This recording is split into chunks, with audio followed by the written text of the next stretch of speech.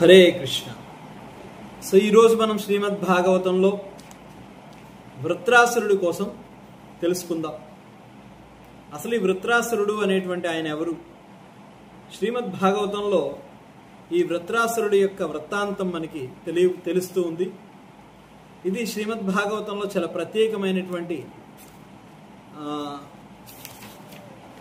ప్రత్యేకమైనటువంటి సందర్భం. ఇది ఇక్కడ చూసినట్లయితే ఈ వృత్రాసురుడి యొక్క జన్మ రహస్యాన్ని, అసలు వృత్రాసురుడు ఎందుకు జన్మించారు, అలాగే వృత్రాసురుడి యొక్క సంహారం ఎందుకు జరిగింది, ముఖ్యంగా ఈ కథని ఈ ఏకాదశి పర్వదినం రోజు చర్చిస్తే ఎంతో పుణ్యము అని భాగవత మహత్యం తెలియపరుస్తూ ఉంది. అనుకోకుండా మనం ఏకాదశి రోజు ఈ వృత్రాసురుడి యొక్క వృత్తాంతాన్ని మనం తెలుసుకోబోతున్నాం. అలాగే వృత్రాసురుడితో పాటు చిత్రకేతు మహారాజు యొక్క వృత్తాంతాన్ని కూడా ఈరోజు మనం తెలుసుకోబోతున్నాం. అసలు ఈ వృత్రాసురుడు ఎవరు అంటే, విశ్వరూపుడు ఈ విధంగా ఇంద్రుని చేతిలో వధించబడడం. విశ్వరూపుడు అంటే మనం ఇంతకుముందు తెలుసుకున్నాం, మాతాజీ మీకు చెప్పే ఉంటారు. విశ్వరూపుడు ఇంద్రుడి యొక్క గురువు. ఆ విశ్వరూపుణ్ణి ఇంద్రుడు వెనక నుండి సంహరించడం జరుగుతుంది. ఆ విశ్వరూపుణ్ణి ఇంద్రుడు సంహరించిన తర్వాత ఆయన తండ్రి ఎంతో బాధ చెందుతాడనమాట. విశ్వరూపుడి యొక్క తండ్రి అంటే మరణం అనేటువంటిది ఎప్పుడు ఏ విధంగా వస్తుంది అంటే, ఆ వ్యక్తి యొక్క వయసుని బట్టి ఒక్కొక్కసారి మరణం కూడా రావచ్చు. అంటే ఆ మరణం యొక్క స్థాయి ఏ విధంగా ఉంటుందంటే, వ్యక్తి యొక్క ఆయు ప్రమాణాన్ని బట్టి మనం చూస్తూ ఉంటాం. కాస్త పెద్దవాళ్ళు ముందు చనిపోతారు, చిన్నపిల్లలు తర్వాత చనిపోతూ ఉంటారు, వాళ్ళు మళ్ళీ పెద్దవాళ్ళు అయిన తర్వాత వాళ్ళు కూడా మృత్యు అనేటువంటి దాన్ని ఛేదించడం జరుగుతుంది, మృత్యు అనేటువంటి దాన్ని తీసుకోవడం జరుగుతుంది. కానీ కలి ప్రభావం మూలంగా ఒక్కొక్కసారి చిన్నవాళ్ళు ముందు చనిపోతారు, ఒక్కొక్కసారి పెద్దవాళ్ళు ముందు చనిపోతూ ఉంటారు. ఈ విధంగా పూర్వకాలం ఇలా ఉండేది కాదు. పూర్వకాలం ఎలా ఉండేది అంటే, స్త్రీ పుణ్యవతిగా మృత్యువుని పొందేది. కానీ ఇప్పుడు కలి ప్రభావం మూలంగా, కలియుగంలో పవిత్రత లోపించడం మూలంగా పురుషులు ముందు చనిపోతున్నారు, స్త్రీలు విధవరాలుగా మిగిలిపోతూ ఉన్నారు. దీనికి కారణము కలి ప్రభావము మరియు వ్యక్తులలో పుణ్యం లోపించడము, పవిత్రత లోపించడం మూలంగా జరుగుతుంది. అయితే ఇక్కడ చూసినట్లయితే విశ్వరూపని యొక్క తండ్రి, ఆయన పేరు త్వష్ట ఆయన పేరు. ఆయన విశ్వరూపుడిని ఇంద్రుడు చంపడం చూసి చాలా బాధపడిపోతూ ఉంటాడు. ఆ బాధతో ఒక యజ్ఞాన్ని చేస్తాడనమాట. ఆ యజ్ఞాన్ని చేసినప్పుడు ఆ యజ్ఞములో ఏ విధంగా మంత్రోచ్చరణ చేస్తారు అంటే, అసలు ఈ కలియుగంలో మంత్రోచ్చరణ చేయడం అనేటువంటిది చాలా కష్టతరమైనటువంటిది. అందుకే చూడండి, కృతేయధ్యాయతో విష్ణు త్రేతాయాత్ యజుతోముఖే ద్వాపరే పరిచర్యస్య కలౌతత్ హరి సంకీర్తనం అన్నారు. కృతయుగంలో ధ్యానము చేయడము, విష్ణువు పట్ల ధ్యానాన్ని పెట్టడము, తర్వాత త్రేతాయుగంలో యజ్ఞయాగాది క్రతువులు చేయడము, ద్వాపర యుగంలో విగ్రహారాధన చేయడము, కలియుగంలో నామ సంకీర్తన చేయడం. ఎందుకంటే కలియుగంలో ఈ మూడు కార్యాలు చేయలేము మనం. ఇటు విగ్రహారాధన చేయలేము, ఇటు యజ్ఞయాగాది క్రతువులు చేయలేము, ఇటు ధ్యానం పెట్టలేము. ఎందుకంటే కలియుగంలో ధ్యానం పెడదామంటే మనస్సు మన చేతిలో లేదు. మన యొక్క మనస్సు పలు విధాలుగా ఆలోచిస్తూ ఉంది, కలుషితం అయిపోయింది మన మనస్సు. అందుకని ధ్యానం పెట్టలేము. ఇంకా త్రేతాయుగం వచ్చే సమయానికి యజ్ఞయాగాది క్రతువులు చేయాలి. యజ్ఞయాగాది క్రతువులు చేయడానికి ఆ వ్యక్తి ఉపయోగించేటటువంటి యజ్ఞములో ఉపయోగించే ప్రతి వస్తువు కూడా చాలా పవిత్రతని కలిగి ఉండాలి. అయితే వస్తువులు ఎలాగో పవిత్రంగా లేవు. పోనీ మంత్రోచ్చరణ ఏమైనా పవిత్రంగా ఉంది అంటే మనం తినేటటువంటి ఆహారం మూలంగా, మనం మాట్లాడేటటువంటి రజోగుణాన్ని ప్రేరేపించేటటువంటి మాటల మూలంగా, తమోగుణాన్ని ప్రేరేపించేటటువంటి మాటల మూలంగా ఇటువంటి పవిత్రమైనటువంటి మంత్రోచ్చరణ అనేటువంటిది అది క్లిష్టము. మంత్రోచ్చరణ అనేటువంటిది స్పష్టంగా ఎవరికీ రాదు, స్పష్టంగా ఎవరికీ రాదు. అందుకని ఎప్పుడైతే మంత్రోచ్చరణ మనం తప్పుగా మాట్లాడామో, ఎప్పుడైతే జపించామో, అప్పుడు ఏమవుతుంది అంటే ఖచ్చితంగా మనం అనుకున్న లక్ష్యం దానికి విరుద్ధంగా తయారవుతుంది. అందుకే చూడండి, ప్రభుపాదుల వారు ఒక చమత్కారమైన కథ చెప్తారు. అది ఏమిటి అంటే, ఒక వ్యక్తి జీవితాంతం భగవన్నామాన్ని జపం చేశాడంట. హరే కృష్ణ హరే కృష్ణ కృష్ణ కృష్ణ హరే హరే, హరే రామ రామ రామ హరే హరే, హరే కృష్ణ కృష్ణ కృష్ణ హరే హరే, హరే రామ రామ హరే హరే, హరే కృష్ణ కృష్ణ హరే హరే, రామ రామ హరే హరే, హరే కృష్ణ కృష్ణ హరే హరే, రామ రామ హరే హరే జపం చేశాడట. ఎంతసేపులో జపం చేశాడంటే, మనం చేయడానికి ఎంత సమయం పడుతుందండి ఈ జపం చేయడానికి? 10 నిమిషాలు పడుతుంది. 10 నిమిషాలు పడుతుంది. ఇంకాస్త అలవాటు అయితే 7-8 నిమిషాల్లో మనం సంపూర్ణంగా కంప్లీట్ చేయొచ్చు. ఎలా అంటే, హరే కృష్ణ కృష్ణ కృష్ణ హరే హరే, హరే రామ రామ హరే హరే, హరే కృష్ణ కృష్ణ కృష్ణ హరే హరే, హరే రామ రామ హరే హరే, హరే కృష్ణ కృష్ణ కృష్ణ హరే హరే, హరే రామ రామ హరే హరే. మరి ఈ ప్రభు ఎలా జపం చేశాడు? హరే కృష్ణ కృష్ణ కృష్ణ హరే హరే, హరే రామ రామ హరే హరే, హరే కృష్ణ కృష్ణ హరే హరే, రామ రామ హరే హరే, హరే కృష్ణ కృష్ణ ఇలా చేశాడు జపం. ఎంతసేపులో జపం చేశాడు? 4 నిమిషాలు, 3 నిమిషాలు, 4-3 నిమిషాల్లో చేసాడు. ఎప్పుడు నా దగ్గరికి వచ్చి అంటూ ఉంటాడు, ప్రభు మీకు ఎందుకు అంత సమయం పడుతుంది జపం? నాకు 16 మాలలు 1 గంటలో అయిపోతున్నాయి, 1 అరగంటలో అయిపోతున్నాయి అంటారు. అంటే ఆ ప్రభుకి పాపం అంత్యకాలం దగ్గరికి వచ్చేసింది. నిత్యం 24 గంటలు జపం చేస్తూనే ఉన్నాడు. అంత్యకాలం దగ్గరికి వచ్చేసింది. దగ్గరికి వచ్చేస్తే శ్వాస వదిలేశాడు. శ్వాస వదిలేసిన తర్వాత ఆయనకి చాలా దృఢంగా ఉన్నాడు. ఎలా అంటే, నేను జీవితాంతం హరినామాన్ని జపం చేశాను కాబట్టి ఖచ్చితంగా నా దగ్గరికి విష్ణుదూతలు వస్తారు, నన్ను తీసుకొని వెళ్ళిపోతారు గోలోక బృందావనానికి అనుకున్నాడు.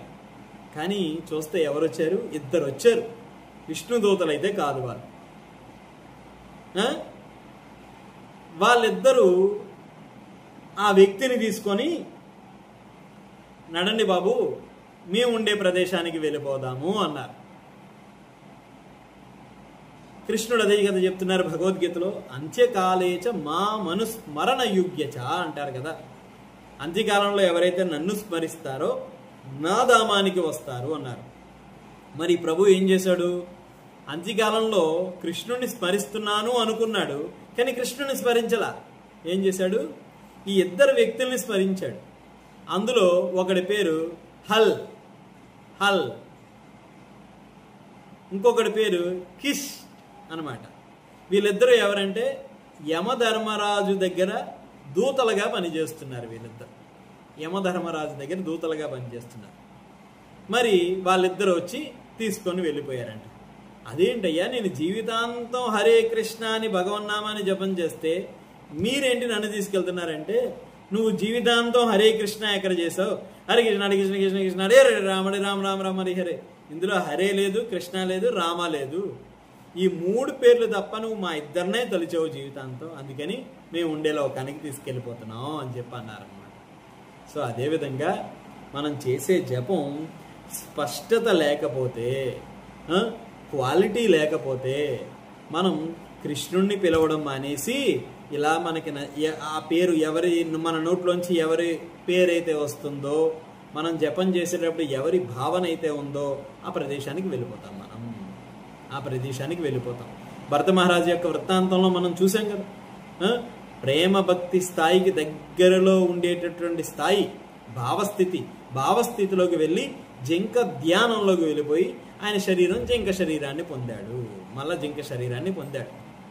సో అదేవిధంగా ఈ కలియుగంలో మనము మంత్రోచ్చరణ అనేటువంటిది స్పష్టత లేదు. ఎందుకంటే పూర్వం ఎటువంటి మంత్రోచ్చరణ చేస్తూ ఏ విధంగా అయితే యజ్ఞాలు చేసేవారో అటువంటి వారి యొక్క కోరికలు అనేటువంటివి నెరవేరేవి అనమాట ఆ యొక్క భావనతో. అందుకని చూడండి, దశరథ మహారాజు పుత్రకామిష్టి యాగం చేసినప్పుడు ఆయన ఎటువంటి భావనతో చేశాడో ఆ కోరిక నెరవేరింది. అలాగే అశ్వమేధ యాగం చేసినప్పుడు మరొకటి ఏ యాగం చేసినా వాళ్ళ యొక్క కోరికలు ఆ దేవతా పురుషులు వచ్చి ఆ యజ్ఞంలోంచి యజ్ఞ పురుషులు వచ్చి ఆ యజ్ఞ హవిస్సును తీసుకునేవారు. మరి ఇక్కడ ఈ త్వష్ట విశ్వరూపిణి యొక్క తండ్రి ఈ త్వష్ట ఏం చేశాడు? ఒక మహాయజ్ఞాన్ని ఆరంభించాడు. అతడు అందులో ఇంద్రసత్రో వివర్ధస్య మాం చిరం జహీ విద్విషం అని ఈ మంత్రాన్ని ఉచ్చరించాడు. ఆ యొక్క యజ్ఞం జరుగుతున్నంతసేపు ఇంద్రసత్రో వివర్ధస్య మాం చిరం జహీ విద్విషం అని చెప్పి అన్నారు. దాని అర్థం ఏంటంటే, ఓ ఇంద్రశత్రువా, శీఘ్రమే నీ శత్రువును వధించడానికి వృద్ధి చెందు. అంటే ఒక ఇంద్రుణ్ణి వధించడానికి ఒక శత్రువు కావాలి అని ఆ యజ్ఞంలోంచి ఒక యజ్ఞ రాక్షసుడిని పుట్టేటట్టుగా చేశాడు. సో కాబట్టి ఆ విధంగా ఎప్పుడైతే శీఘ్రమే వృద్ధి చెందు అని చెప్పి ఎప్పుడైతే అన్నాడో అనే మంత్రాన్ని ఉచ్చరిస్తూ హవిస్సులు అర్పించాడో, అయితే ఆ మంత్రోచ్చరణలో ఒక చిన్న తప్పు దొర్లిందంట. ఆ తప్పు ఏంటి అంటే ఇంద్రసత్రో అన్నాడు ఆయన. ఒక పొరపాటు జరిగింది. ఇంద్రసత్రో అన్నారు అనేది షష్ఠీ తత్పురుష సమాసము కాబట్టి, అది షష్ఠీ తత్పురుష సమాసము కాబట్టి దానిని హ్రస్వానికి బదులుగా దీర్ఘంగా పఠించడం వల్ల ఇంద్రశత్రువు అనే దానికి ఎవనికి ఇంద్రుడు శత్రువో అని, అంటే ఇంద్రశత్రువో అని అనడం మనిషి ఎవనికి ఇంద్రుడు శత్రువో అని చెప్పా. ఆ స్పష్టత అంటే చిన్న అర్థం మారిపోయింది. ఆ మారిపోవడంతో ఇంద్రశత్రువు అనేటువంటి పదానికి ఎవనికి ఇంద్రుడు శత్రువో అనే అర్థం కలిగింది. ఇది ఎప్పుడు జరిగింది? ఎప్పుడో సత్యయుగంలో జరిగింది ఈ సందర్భం. తత్ఫలితంగా ఇంద్ర శత్రువునకు బదులుగా ఎవనికి ఇంద్రుడు శత్రువో అట్టి వృత్రాసురుడు ఆవిర్భవించాడు. ఎవనికి ఇంద్రుడు శత్రువో అటువంటి వ్యక్తి వృత్రాసురుడు ఆవిర్భవించాడు. వేదకాలం నాటి పరిస్థితి ఈ విధంగా ఉంటే ఈ పతిత కలియుగంలో ఏ విధంగా ఉంటుందో ఒక్కసారి ఆలోచించండి. అంటే మనం యజ్ఞాలు చేస్తే ఎన్ని మంత్రోచ్చరణ, ఎంత తప్పులు దొరుకుతాయి. సో కాబట్టి ఇది చాలా కష్టమైనటువంటిది, ఈ క్లిష్టమైనటువంటిది ఈ మంత్రోచ్చరణ అనేటువంటిది. అందుకని ఈ కలియుగము చాలా దుర్భరమైనటువంటిది. చాలా అన్ని అశుభ లక్షణాలే ఉన్నాయి ఈ కలియుగంలో. కాబట్టి మనం అత్యంత సులభంగా జపించగలిగేటటువంటి ఎటువంటి తప్పులు దొరలనటువంటి ఒక మంత్రం ఉంది. అది ఏంటి అంటే కలిర్దోష నిదే రాజన్ హస్తి ఏకో మహాగుణ కీర్తనాది ఏవ కృష్ణస్య ముక్త సంగ పరంబ్రజేర్. ఈ కలియుగంలో అత్యంత సులభమైనటువంటిది, ఎటువంటి తప్పులు దొరలనటువంటి ఒక దివ్యమైన మంత్రం ఉంది. అది ఏంటి అంటే హరే కృష్ణ కృష్ణ కృష్ణ హరే హరే, హరే రామ రామ రామ హరే హరే. ఈ మంత్రం జపించడం అన్నిటికన్నా ఉత్తమం, అన్నిటికన్నా సులభమైనటువంటిది. మనం అందరూ అనుకుంటాం, నేను రోజు విష్ణు సహస్రనామం చదువుతానండి అంటాం. ఆ విష్ణు సహస్రనామాలు ఎన్ని తప్పులు చదువుతాము. చదవడం చాలా మంచిది, విష్ణు సహస్రనామం చాలా గొప్పది. కానీ అందులో ఒక్క తప్పు లేకుండా మనం చదవగలమా? హరే కృష్ణ. దయచేసి ఈశ్వరరావు గారు మీ వీడియో ఆఫ్ చేసుకోండి. మీ వీడియో ఆఫ్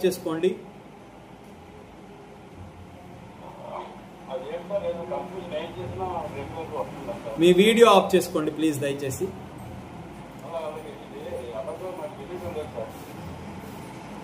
పైన వీడియో బటన్ ఉంటుందండి, ఆ వీడియో బటన్ ఆఫ్ చేసుకోండి, మీకు సైడ్ లెఫ్ట్ లో ఉంటుంది.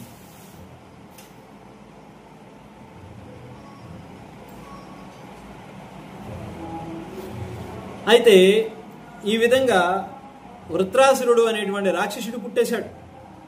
ఈ రాక్షసుడు పుట్టిన తర్వాత ఎంత భయంకరమైనటువంటి యుద్ధాన్ని ఇంద్రుడు చేశాడు అంటే ఆ రాక్షసుడి మీద ఎన్నిసార్లు ఆ వృత్రాసురుడి మీద యుద్ధాన్ని చేద్దామని ప్రయత్నం చేసినా సరే ఆ వృత్రాసురుడి మీద అపజయమే కానీ జయం అనేటువంటిది లేకుండా పోయింది. జయం అనేటువంటిది లేకుండా పోయింది. సో ఎప్పుడైతే ఆ వృత్రాసురుడి మీద ఇంకా ఏం చేయాలి అని ఆలోచిస్తున్న సమయంలో అప్పటికి ఇంద్రుడికి ఒక భయంకరమైనటువంటి బాధ ఉంది. ఏమిటి ఆ బాధ ఏంటంటే తన గురువు అయినటువంటి విశ్వరూపుణ్ణి సంహరించడం మూలంగా ఆయనకి బ్రహ్మహత్యాపాతకం చుట్టుకుంది, బ్రాహ్మణ హత్యాపాతకం చుట్టుకుంది. మరి ఈ రెండు పాపములు చుట్టుకోవడం మూలంగా ఇంద్రుడికి ఆ పాపం వచ్చేసింది కదా. అప్పుడు ఇంద్రుడు ఏం చేస్తున్నాడంటే ఆ పాపం నుంచి పరిహారం దొరకాలి, ఎలా అయితే ఆ పాపం నుంచి తప్పించుకోవాలని చెప్పి ఇంద్రుడు ఏం చేస్తున్నాడంటే ఆ పాపమును ఎవరు తీసుకుంటారు, ఎందుకంటే ఇంద్రుడు మళ్ళా సాధారణమైనటువంటి మనిషిగా తయారవ్వాలి కాబట్టి ఆ పాపాన్ని ఎవరు తీసుకుంటారు అని అప్పుడు ఇంద్రుడు ఏం చేస్తున్నాడంటే ఆ పాపమును ప్రకృతిలోకి వెళ్ళి అడుగుతూ ఉన్నాడు. ఎవరు తీసుకుంటారు ఆ పాపాన్ని అంటే మొట్టమొదట ఆ పాపాన్ని భూదేవి నేను కొంత భాగాన్ని తీసుకుంటాను అని చెప్పింది. రెండవది ఆ పాపాన్ని ఇంకెవరు తీసుకుంటారు అంటే ఆ పాపాన్ని నీళ్లు నేను తీసుకుంటాయని చెప్పన్నది. తర్వాత మూడో వ్యక్తి ఇంకెవరు తీసుకుంటారు ఈ పాపాన్ని అంటే మూడోది స్త్రీలు మేము తీసుకుంటాం ఆ పాపాన్ని అని చెప్పన్నారు. స్త్రీలు మేము తీసుకుంటాం అని చెప్పి అన్నారు. తర్వాత నాలుగోది ఈ పాపాన్ని ఇంకెవరు తీసుకుంటారు అంటే వృక్షాలు మేము తీసుకుంటాయి, చెట్లు మేము తీసుకుంటాం అన్నారు. అయితే ఇంద్రుడి యొక్క పాపం తొలగిపోయింది. ఎందుకంటే ఇటు బ్రాహ్మణ హత్య ఇటు గురుహత్య రెండు హత్యలు కూడా తొలగిపోయాయి. ఎలా అంటే ఇంద్రుడి పాపాన్ని నలుగురు పంచుకోవడం మూలంగా. ఎవరు నలుగురు, ఎందుకు, ఎలా పంచుకున్నారు? ఒకటి మొట్టమొదట భూమాత ఎలా పంచుకుంది అంటే బీటలు వాడినటువంటి భూమి. అందుకే చూడండి, బీటలు వాడినటువంటి భూమిలో ఎటువంటి పంటను అంటే ఎటువంటి ధాన్యాన్ని వేసినా సరే అది మొలకెత్తదు. అది బీటలు వాడినటువంటి బీడు భూమి అని చెప్పంటారు. అందుకని అది ఇంద్రుడి యొక్క పాపం మూలంగా ఆ భూమి అలా అయిపోయింది. ఇంక రెండో పాపం ఎవరు తీసుకున్నారు? నీరు తీసుకున్నది ఆ పాపాన్ని. అందుకని నీరు ఎలా తీసుకుంది అంటే నీటిని చూడండి, మనం పాలని కానీ నీళ్ళని కానీ మనం ఇలా తొరుపుతూ ఉంటే దానిపైన నొరగ వస్తూ ఉంటుంది కదా, ఆ నొరగ ఇంద్రుడి పాపము. అందుకని చూడండి, పాలకి పైన ఉండేటటువంటి మేగడ కాదు నొరగ, ఆ నొరగని మనం తీసుకోకూడదు. అందుకే చూడండి, ఎప్పుడన్నా మీరు వంట చేసేటప్పుడు ఒక్కొక్కసారి మనం పప్పు వండుతున్నప్పుడు దానిపైన నొరగ వస్తూ ఉంటుంది. ఆ నొరగ తీసి పక్కన పెట్టేస్తుంటే అది చాలా రుచిగా ఉంటుంది. ఆ నొరగ ఉంటే అంత రుచి ఉండదు. ఎక్కువగా మనం చూడండి పెసరపప్పుతో వండినటువంటి వంటలు అది వండుతూ ఉంటే పైన నొరగ వస్తుంది, ఆ నొరగని తీసి పక్కన పెట్టేస్తూ ఉంటారు. మీరు ఎప్పుడైనా చూడండి, మనం చాలా నొరగ ఎక్కువగా ఉండే పదార్థాన్ని తీసుకోవడానికి ఇష్టపడుతూ ఉంటాం. ఇడ్లీలు, దోశలు అవి ఏంటి, పులుస్తూ ఉంటాయి, పులిసినటువంటి పదార్థం. అవి ఏంటంటే ఇంద్రుడి యొక్క శాపం. అదన్నీ కూడా ఈ పులిసి నొరగ వచ్చేటటువంటివన్నీ కూడా ఇంద్రుడి యొక్క శాపం. అంటే అవి మనం తీసుకుంటే ఇంద్రుడి యొక్క శాపాన్ని తీసుకుంటున్నట్టు అనమాట మనం అంతా కూడా. సో అందుకని ఆ నొరగని తీసుకోకూడదు. నీటిలో వచ్చినటువంటి నొరగని, వీటిలో అంటే నీటి ద్వారా వచ్చినటువంటి ఈ పదార్థాల యొక్క నొరగని మనం ఎప్పుడు తీసుకోకూడదు. ఇంకా మూడవది స్త్రీలు తీసుకున్నారు. స్త్రీలు ఏ విధంగా తీసుకున్నారంటే స్త్రీకి ప్రతి నెలకి 3 రోజులు బహిష్టి సమయం వస్తుంది. ఆ బహిష్టి సమయం ఇంద్రుడి యొక్క పాపము. ఇంద్రుడి యొక్క పాపాన్ని వాళ్ళు తీసుకున్నారనమాట. సో ఆ విధంగా స్త్రీలు కూడా పాపాన్ని తీసుకున్నారు. ఇంకా నాలుగవది ఎవరు తీసుకున్నారంటే చెట్లు తీసుకున్నాయి. ఆ చెట్లు ఎలాగంటే చెట్లుని ఇలా తుంచితే కొన్ని రకాలైనటువంటి చెట్లు వాటి నుంచి పాలు కారుతూ ఉంటాయి. ఆ పాలు కారేటటువంటి చెట్లు ఆ పువ్వుల్ని మనం పెట్టుకోకూడదు, ఆ పువ్వుల్ని మనం తీసుకోకూడదు, ఆ పువ్వుల్ని దేవుడికి కూడా పెట్టకూడదు మనం. అందుకని పాలు కారే చెట్లు చాలామంది అనుకుంటారు ఇవి దేవుడికి చాలా ఇష్టం అని చెప్పి అనుకుంటూ ఉంటారు. పాలు కారే ఏ మొక్క అయినా సరే మనం అది కృష్ణుడికి, అది దేవుడికి పెట్టకూడదు, దేవుడికి పెట్టకూడదు. మన సౌలభ్యం కోసం మనకి దగ్గరగా ఉంటాయి, మన దగ్గర ఇళ్ళ దగ్గర బాగా పెరుగుతాయని చెప్పి వాటిని వేసేసుకొని వాటిని కృష్ణుడికి ఇష్టం, శివుడికి ఇష్టం, మరొకరికి ఇష్టం అని చెప్పి మనం వాటిని మార్చేసుకున్నాం. కానీ అవి ఎక్కడా శాస్త్రాల్లో కానీ పురాణాల్లో కానీ ఎక్కడా కూడా ఇది దేవుడికి ఇష్టం అని చెప్పబడలేదు ఆ చెట్లు. సో కాబట్టి ఆ పాలు కారే చెట్టు ఏదైనా సరే ఆ చెట్టు ఇంద్రుడి యొక్క శాపానికి గురైపోయింది. అది ఆ భగవంతుని యొక్క పూజకి కానీ వాటిని మనం పెట్టుకోవడానికి కూడా పనికిరావు. సో ఈ విధంగా ఇంద్రుడు తన శాపాన్ని నలుగురికి పంచేశాడు. కానీ ఇంద్రుడు ఇక్కడ ఏం చేశాడు?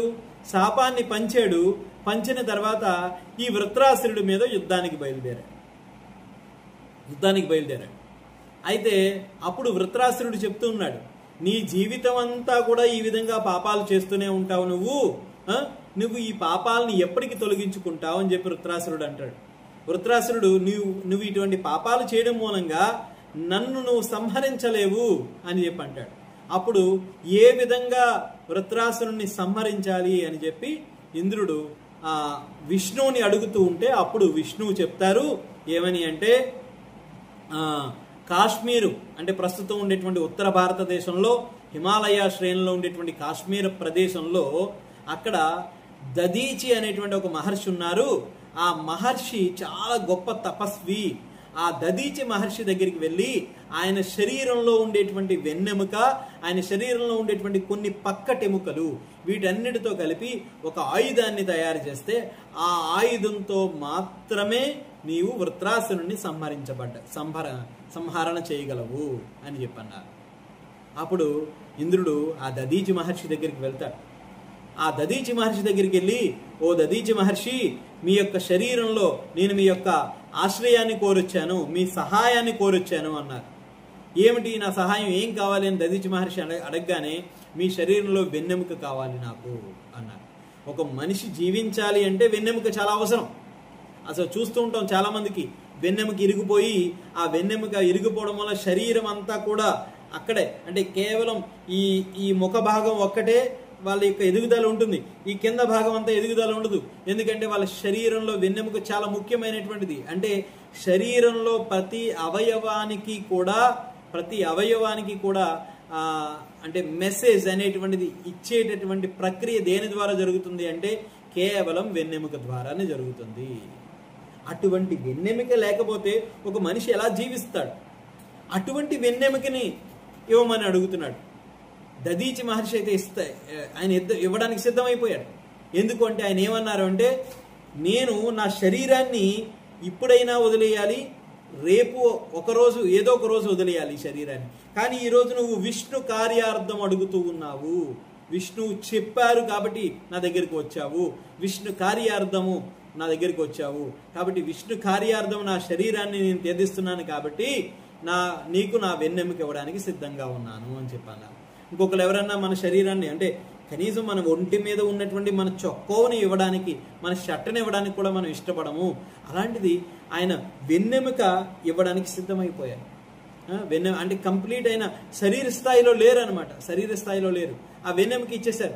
ఆ వెన్నెముకతో మరి కొన్ని పక్కటెముకలతో కలిపి ఒక వజ్రాయుధాన్ని తయారు చేశారు. అది వజ్రము కన్నా చాలా బలీయమైనటువంటిది. ఆ వజ్రాయుధంతో అప్పుడు వృత్రాసురుడి దగ్గరికి వెళ్ళారు.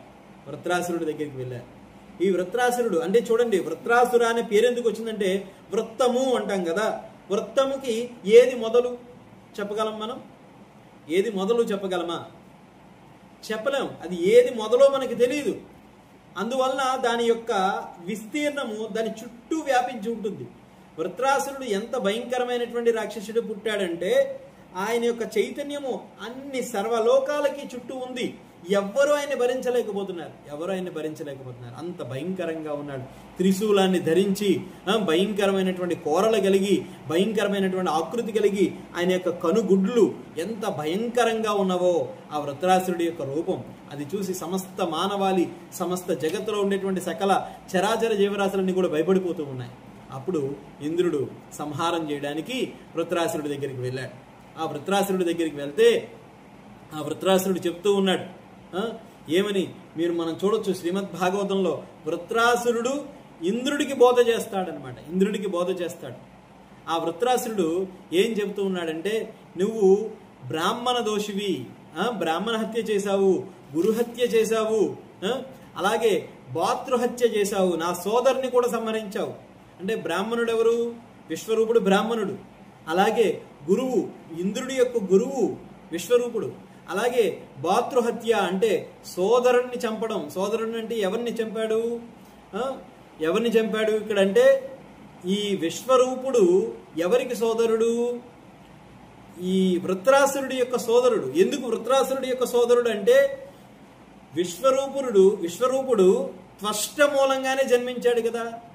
అలాగే ఈ త్వష్ట మూలంగానే ఈ యజ్ఞంలోంచి వచ్చినటువంటి రాక్షసుడు కూడా పుట్టాడు కదా. అందుకని ఈ త్వష్ట వృత్రాసురుడికి నాకు తండ్రితో, వృత్రాసురుడి యొక్క తండ్రి నాకు తండ్రితో సమానము అని చెప్పి అంటున్నాడు. కాబట్టి వృత్రాసురుడు నాకు సోదరుడు అవుతాడు.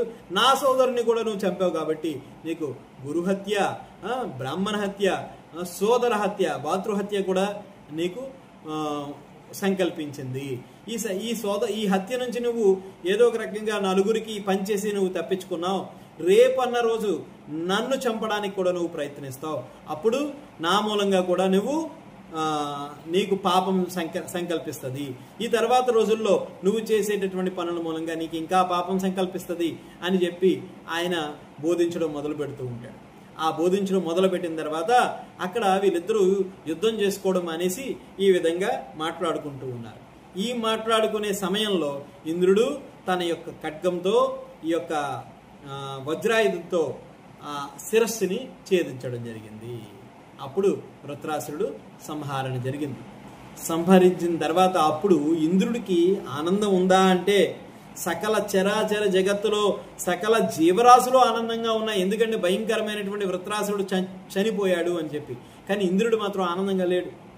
ఎందుకు? ఇంద్రుడు చంపినటువంటి ఇంద్రుడు ఇంకా ఆనందంగా ఉండాలి కదా.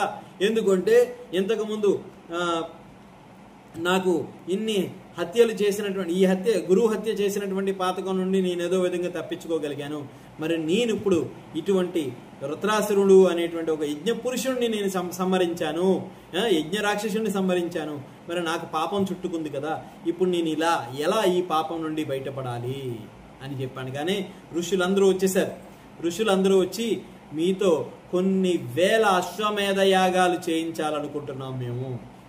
చేయడం మూలంగా ఆ సకల పాపములు నశించిపోతాయని చెప్పన్నారు.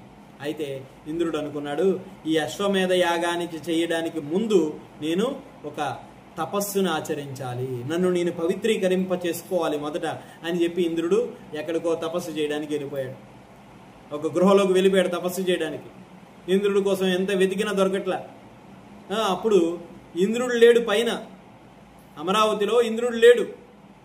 ఎప్పుడైతే మనకు చూడండి ఆపద్ధర్మ ముఖ్యమంత్రి అంటారు చూడండి, ముఖ్యమంత్రి లేకపోతే ఆపద్ధర్మ ముఖ్యమంత్రి అంటారు కదా. అలా ఆపద్ధర్మ ఇంద్రుడిగా ఒక ఆయన్ని పెట్టారు. ఆయన ఎవడు? నహూషుడు. ఆయన ఆపద్ధర్మ ఇంద్రుడు అనమాట. ఆయన్ని ఎలా వెతికి పట్టుకున్నారంటే, ఎవడైతే 100 అంటే శత యజ్ఞాలు ఎవడైతే చేశాడో, అశ్వమేధ యజ్ఞాలు ఎవడైతే చేశాడో వాడిని ఎత్తికి పట్టుకున్నారు. అందులో ఎవరున్నారంటే అశ్వమేధ యాగం, అశ్వమేధ యాగాలు చేసినటువంటి వారిలో మొట్టమొదటి నహూషుడు ఉన్నాడు. అందుకని నహూషుడు ఎప్పుడైతే మనం ఇటువంటివి చేస్తూ ఉంటామో అంటే అహంకారం అనేటువంటిది పెరిగిపోతూ ఉంటుంది.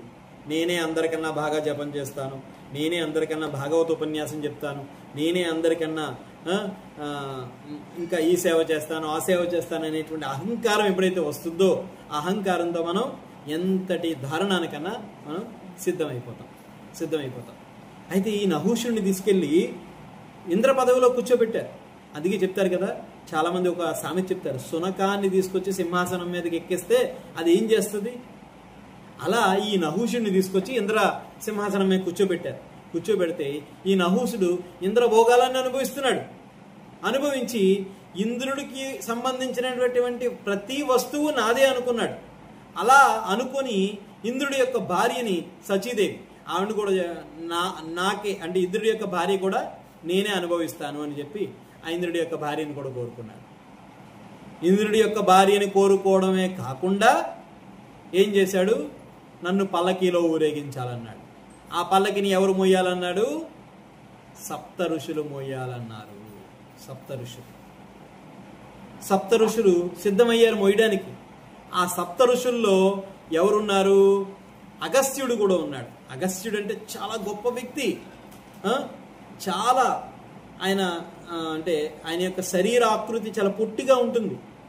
అగస్త్యుడు ఏం చేశాడంటే ఒకసారి కోపం వచ్చి సమస్త సృష్టిలో ఉండేటువంటి జలాల్ని మొత్తం మింగేశాడు అనమాట. అంతటి గొప్ప వ్యక్తి. అటువంటి అగస్త్యుడు మోస్తూ ఉంటే మరి ఈ 7 ఒక స్థాయిలో ఉంటే ఈ అగస్త్యుడు మాత్రం పొట్టిగా ఉన్నాడు. ఈయన పల్లకి మోస్తుంటే ఆ అగస్త్యుడు పొట్టిగా ఉండడం మూలంగా ఆ పల్లకి కిందకి వంగిపోతూ ఉంటే అప్పుడు ఆయన ఏం చెప్తున్నాడంటే, అగస్త్యుని ఏమని తిడుతున్నాడంటే, స్పర్శ సర్ప సర్ప సర్ప అని చెప్పి తిడుతూ ఉన్నాడు.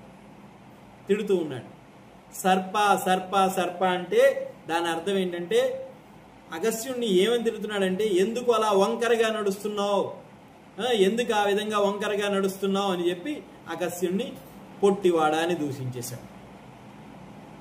ఇంకా ఎప్పుడైతే అగస్త్యుణ్ణి ఆ విధంగా దూషించాడో వెంటనే నహూషుడు ఈ భౌతిక జగత్తులోకి వచ్చి ఒక సర్పముగా జన్మ తీసుకున్నాడు. ఇటువంటి సర్పము కొండ చెలువుగా జన్మ తీసుకున్నాడు. ఆ తర్వాత ఈ ఇంద్రుడు లేడు, ఇంద్రుడి కోసం వెతుకులాడుతుంటే ఇంద్రుడు ఎక్కడున్నారో గమనించారు. అప్పుడు ఇంద్రుడిని తీసుకొచ్చి ఇంద్రుడితో ఒక అశ్వమేధ యాగాన్ని చేయించి తను చేసినటువంటి వృత్రాసురుడి యొక్క సంహారం అయిపోయిన తర్వాత ఆ వచ్చినటువంటి పాపం మొత్తం కూడా తొలగించుకొని అప్పుడు ఇంద్రుడిని యథాస్థానంలో కూర్చోబెట్టారు. ఇదంతా బాగానే ఉంది. ఈ కూర్చోబెట్టిన తర్వాత ఇంద్రుడి ఇక్కడతో వృత్రాసురుడి యొక్క సంహారం అంతా అయిపోయింది. వృత్రాసురుడి సంహారం అయిపోయిన తర్వాత ఇక్కడ ఇదే సమయంలో దీని తర్వాత శ్రీమద్ భాగవతంలో వచ్చేటటువంటి గాథ ఏమిటి అంటే చిత్రకేతు మహారాజు యొక్క గాథ. వృత్రాసురుడి సంహారం అయిపోయింది. రాజ్యం అంతా చాలా ఆనందంగా ఉంది. అందరూ రాజ్యంలో ఆనందంగా గడుపుతున్నారు. అదే రాజ్యంలో చిత్రకేతు అనేటువంటి ఒక గొప్ప రాజు ఉన్నాడు.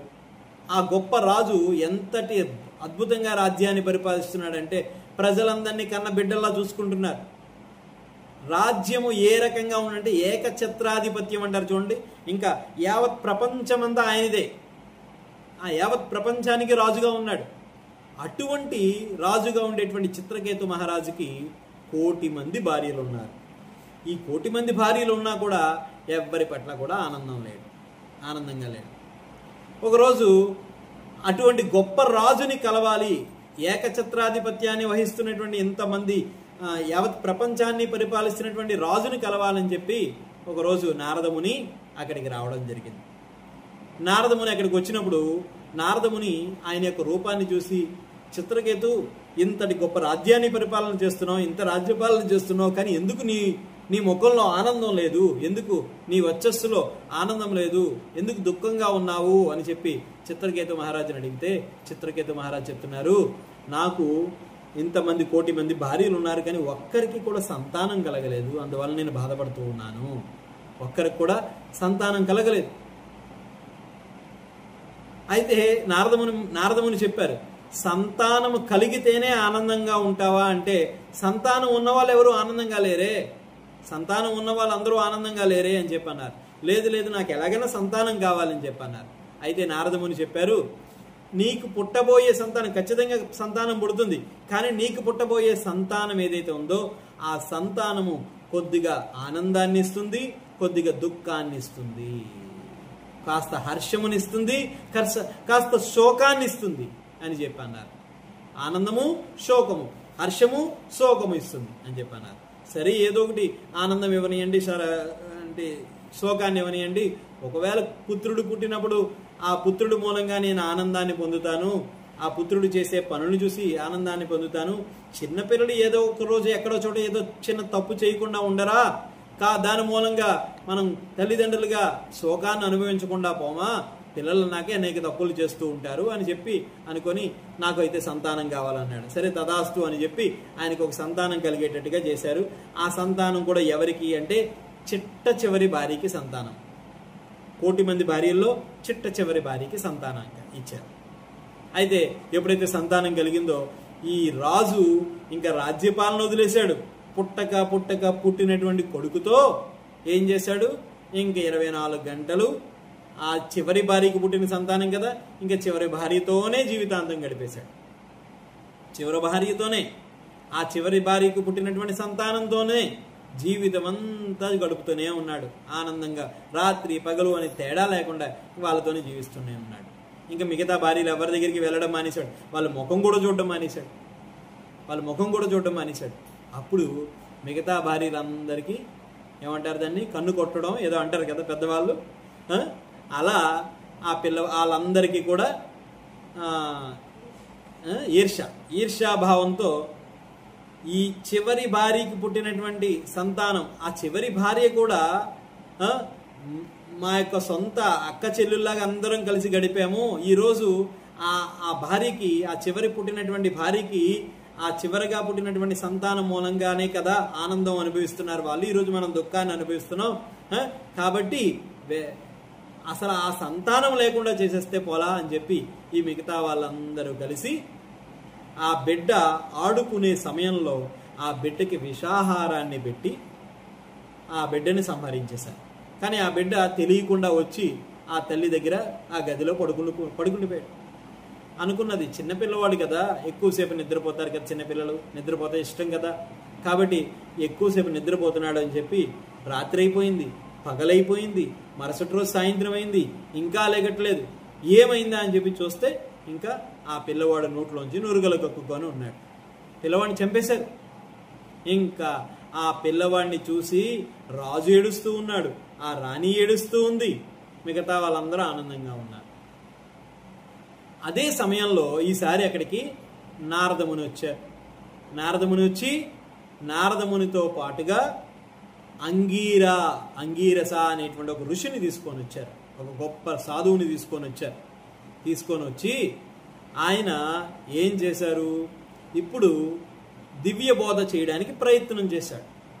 ప్రయత్నం చేసే సమయంలో ఎందుకు నువ్వు దుఃఖిస్తున్నావు చిత్రకేతు మహారాజా అంటే, నాకు పుట్టగా పుట్టినటువంటి సంతానము ఈరోజు నా నుంచి దూరం అయిపోయింది, అందుకు నేను బాధపడుతున్నాను అన్నారు. ఆ పిల్లవాడికి ఏం పేరు పెట్టాడంటే రాజు, నారదముని మొదట చెప్పారు కదా, హర్షం ఇస్తాడు శోకం ఇస్తాడు, కాబట్టి ఆడి పేరు హర్షశోకుడు అని పేరు పెట్టారు. ఆ పిల్లవాడు చిన్న వయసులోనే చనిపోయాడు. చనిపోయిన తర్వాత అప్పుడు నారదముని చెప్పాడు, నీకు మొదటే చెప్పాను కదా, ఆ పిల్లవాడు పుట్టి నీకు ఆనందాన్ని ఇస్తాడు, తర్వాత ఇటువంటి పరిస్థితి వచ్చి నీకు శోకాన్ని ఇస్తాడు అని చెప్పాను కదా, అయినా సరే నువ్వు ఒప్పుకోలేదు అని చెప్పన్నారు. కానీ నాకు అటువంటి అంటే అందరికీ కూడా తాత్కాలికమైనటువంటి ఆనందమే కావాలి. ఈ కలియుగంలోనే కాదు, అప్పుడే ఇలా జరిగిందంటే ఇంకా కలియుగంలో ఏ రకంగా ఉంటాం ఒకసారి ఆలోచించండి. కాబట్టి ఆ చిత్రకేతు మహారాజు యొక్క బాధని చూసి తట్టుకోలేక అప్పుడు అంగీరముని ఏం చెప్తున్నాడంటే, చిత్రకేతు నువ్వు దుఃఖిస్తున్నావు, నువ్వు దుఃఖించడానికి కారణం ఉంది, కానీ నీ కుమారుడు చనిపోయాడు, నీ కుమారుడిని చూడాలి అంటున్నావు కదా, ఇదిగో నీ కుమారుడిని చూడు అన్న. అక్కడ కుమారుడు ఉన్నాడు, కానీ కుమారుడిలో ఏమీ లేదు, ఆత్మ లేదు. ఆత్మ ఎక్కడికి వెళ్ళిపోయిందంటే, ఆత్మ వెళ్ళిపోయింది, వేరే దేహంలోకి వెళ్ళిపోయింది అన్నాడు. నేను నా కుమారుడి యొక్క ఆత్మని చూడాలి అంటారు. అప్పుడు చెప్తున్నారు, అంగీరముని చెప్తున్నారు, ఆత్మను చూడాలా నీ కుమారుడిని చూడాలా? నీ కుమారుడు అయితే శరీర రూపంలో అక్కడే ఉన్నాడు, కానీ ఆత్మ ఉంటేనే ఆ శరీరానికి వాల్యూ, కాబట్టి నేను ఆత్మను చూడాలనుకున్నాను అని చెప్పన్నారు. సరే నేను తీసుకెళ్తానని చెప్పి ఆత్మ దగ్గరికి తీసుకొని వెళ్ళారు. అంగీరముని తీసుకెళ్ళిన తర్వాత ఆ కుమారుడిని చూపించి, అదిగో నీ కుమారుడు అక్కడే ఉన్నాడు, వెళ్ళు నీ కుమారుడి దగ్గరికి అన్నారు. కుమారుడి దగ్గరికి వెళ్ళి కుమార పుత్ర అని చెప్పి అంటుంటే ఆ కుమారుడు ఒక మాట చెప్పారు. ఏమని అంటే, ఎవరండి మీరు అని అడుగుతున్నారు.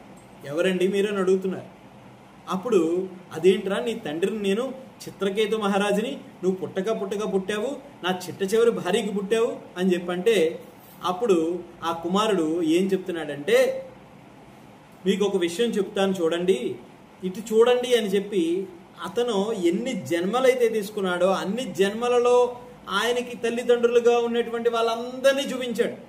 కుక్కగా, పిల్లిగా, నల్లిగా, బల్లిగా అన్ని జన్మల్లో అందరూ తల్లిదండ్రులు ఉన్నారు కదా, వాళ్ళందరినీ చూపించారు. వీళ్ళందరిలో నిజమైన తల్లిదండ్రులు ఎవరు చెబితే నేను మీ దగ్గరికి వచ్చేస్తాను అన్నాడు. ఎవరు నిజమైన తల్లిదండ్రులు? నేనే నిజమైన తల్లిదండ్రుని అంటే మరి వాళ్ళు. సో కాబట్టి ఈ జగత్తులో ఎవరి సంబంధ బాంధవ్యాల పట్ల ఎవరికి సంబంధం లేదు. ఈ శరీరాన్ని ఎప్పుడైతే వదిలి వెళ్ళిపోతుందో ఆత్మ, అప్పుడు ఈ శరీరంతో ఉండేటువంటి సంబంధాలన్నీ తొలగిపోతాయి. అప్పుడు ఈ దివ్య బోధని అంగీర ఋషి చెబుతూ ఉన్నారన్నమాట. అంగీర ఋషి చెబుతూ ఉన్నారు. అందుకని సాధువు యొక్క సాంగత్యం చేయాలి. సాధు సంగ సర్వశాస్త్ర కోయ్, లవమాత్ర సాధు సంగ సర్వసిద్ధి హోయ్ అని చెప్పి అన్నారు. అందుకు సాధువు యొక్క సాంగత్యం చేయాలి. సాధు అంటే దాని అర్థం ఏంటంటే చాలా ఘనమైనటువంటి వాడు అని అర్థం అంట. సాధువు అంటే ఎందుకు చాలా ఘనమైనటువంటి వాడు అంటే, సాధువు ఎప్పుడు కూడా ఆయన మాటలు, ఆయన యొక్క ఉపన్యాసాలు ఎలా ఉంటాయంటే ఒక మనిషిని ఈ జగత్తు నుంచి ఈ జగత్తులో ఉండేటువంటి ఈ బంధత్వం నుంచి విడిపోయేలా చేస్తుందంట. విడిపోయేలా చేస్తుందన్నమాట. అది సాధువు అంటే. సాధువు అంటే మరి గురువు అంటే ఏంటి? గురువు అంటే ఖడ్గముతో సమానం అంట. గురువు ఏం చేస్తాడంటే ఈ భౌతిక జగత్తులో ఉండేటువంటి బంధత్వాల్ని మన దగ్గర నుంచి విడిపిస్తాడు, కత్తిరిస్తాడు అనమాట. అందుకని గురువు ఏం చేస్తాడు? దీక్షిస్తాడు. దీక్షించి మనకి ఈ భౌతిక జగత్తులో ఉండేటువంటి బంధాలన్నింటినీ కూడా కత్తిరించిస్తాడు. మరి సాధువు సాంగత్యం చేయడం వల్ల ఏమవుతుంది? మనకి ఒక గొప్ప ఇన్స్ట్రక్షన్, సూచనల్ని ఇస్తూ ఉంటారు. అందుకని చిత్రకేతు మహారాజు యొక్క జీవితంలో గురువు ఎవరు? నారదముని గురువు. ఆయన ఏం చేశాడు? బంధాలని కట్ చేయడానికి చూశాడు, కానీ చిత్రకేతు మహారాజు అంటించుకున్నాడు. తీసుకొచ్చి చెప్పాడు, వీడి మూలంగా నీకు హర్షం వస్తుంది, ఆనందం వస్తుంది, దుఃఖం వస్తుంది అని చెప్పాడు. వినలేదు. అందుకని మనం గురువు చెప్పే మాటలు వినాలి. గురువు చెప్పే మాటలు మనకి కఠినంగానే ఉంటాయి. ఇప్పుడు శరీరంలో చూడండి, అంటే ఉదాహరణకి మనకి ఒక షుగర్ వ్యాధి ఉంది. ఆ షుగర్ వ్యాధి ఉండేటప్పుడు ఈ కాలు మొత్తం పాడైపోయింది. అప్పుడు ఏం చేస్తాడు? డాక్టర్ ఈ కాలు తీసేయాలంటాడు. కానీ మనకి నచ్చదు. కానీ తీయకపోతే ఈ శరీరం ఒకరోజు పోవాలి. కాబట్టి గురువు మనకి ఏదైతే మనకి హానికరమో దానిని మన జీవితం నుంచి కట్ చేస్తాడు. సో కాబట్టి అది కత్తిరించడం అనేటువంటిది మనకి నచ్చదు. ఎందుకంటే మన శరీరం నుంచి ఏదో తీసేస్తున్నాడు మన గురువు అనుకొని మనం గురువు పట్ల ద్వేషాన్ని పెంచుకుంటాం. తర్వాత సాధువు ఏం చేస్తాడంటే, చాలా ఘనమైనటువంటి వాడు కదా సాధువు ఏం చేస్తాడంటే ఆయన ఇన్స్ట్రక్షన్ ఇస్తాడు, ఆ సూచన ఇస్తాడు. ఆ సూచన ఎలా ఉంటుందంటే కఠినంగా ఉంటుంది. కఠినంగా ఉంది అని చెప్పి తీసుకోలేదు అంటే ట్యాబ్లెట్ చేదుగా ఉంటుంది, తీసుకోకపోతే అనారోగ్య బాధన అయిపోతాం. అలాగే ఇంజెక్షన్ చాలా నొప్పిగా ఉంటుంది, తీసుకోలేదంటే అనారోగ్య బాధ అయిపోతుంది. మనకి ఆపరేషన్ చాలా కష్టంగా ఉంటుంది, మనం చేయించుకోకపోతే అది ఖచ్చితంగా మనకి అనారోగ్యానికి తీసుకెళ్తుంది. సో అదేవిధంగా నారదముని చిత్రకేతు మహారాజు యొక్క జీవితంలో ఒక గొప్ప గురువుగా ఉన్నారు. అలాగే అంగీరజ ముని ఒక గొప్ప సాధువుగా ఉన్నారు. అప్పుడు ఈ దివ్య జ్ఞానాన్ని బోధిస్తుంటే చిత్రకేతు మహారాజు ఏం చెప్తున్నారు? స్వామి, అప్పుడు ఎందుకు నాకు ఇటువంటి దివ్యమైన తత్వాన్ని చెప్పలేదు? ఇప్పుడు ఇంత కూరుకుపోయిన తర్వాత ఎందుకు చెప్తున్నారంటే, అప్పుడు చాలా ఆనందంలో ఉన్నాడు చిత్రకేతు మహారాజ్, చాలా ఆనందంగా ఉన్నారు. అందుకని ఇది ఆనందంగా ఉండేటప్పుడు తీసుకుంటే అర్థం కాదు. ఆనందంగా, అందుకే చూడండి, ఎవరైనా చనిపోయినప్పుడు భగవద్గీతను పట్టుకోవడానికి ప్రయత్నం చేస్తారు. ఏదైనా దుఃఖం వచ్చినప్పుడు దేవుణ్ణి ఆశ్రయించడానికి ప్రయత్నం చేస్తారు. ఆనందంగా ఉండేటప్పుడు ఇది అంత నామూలంగానే వచ్చింది, నేనే అన్నిటికీ కారణము అని చెప్పి అనుకుంటాం. సో కాబట్టి ఈ విధంగా చిత్రకేతు మహారాజు యొక్క వృత్తాంతము, అలాగే ఈ వృత్రాసురుడి యొక్క వృత్తాంతం శ్రీమద్ భాగవతంలో మనకి ఎంతో గొప్ప విషయాన్ని మనకి తెలియపరుస్తూ ఉంది. ఇది అయిపోయిన తర్వాత మనం వచ్చే వారము పుంసవన వ్రతము అని చెప్పి చాలా గొప్ప సబ్జెక్ట్ అన్నమాట. దాన్ని మనం వచ్చే వారం మనం తెలుసుకుందాము. హరే కృష్ణ. ఎవరికైనా ఏమైనా డౌట్స్ ఉన్నాయా, సందేహాలు? హరే కృష్ణ.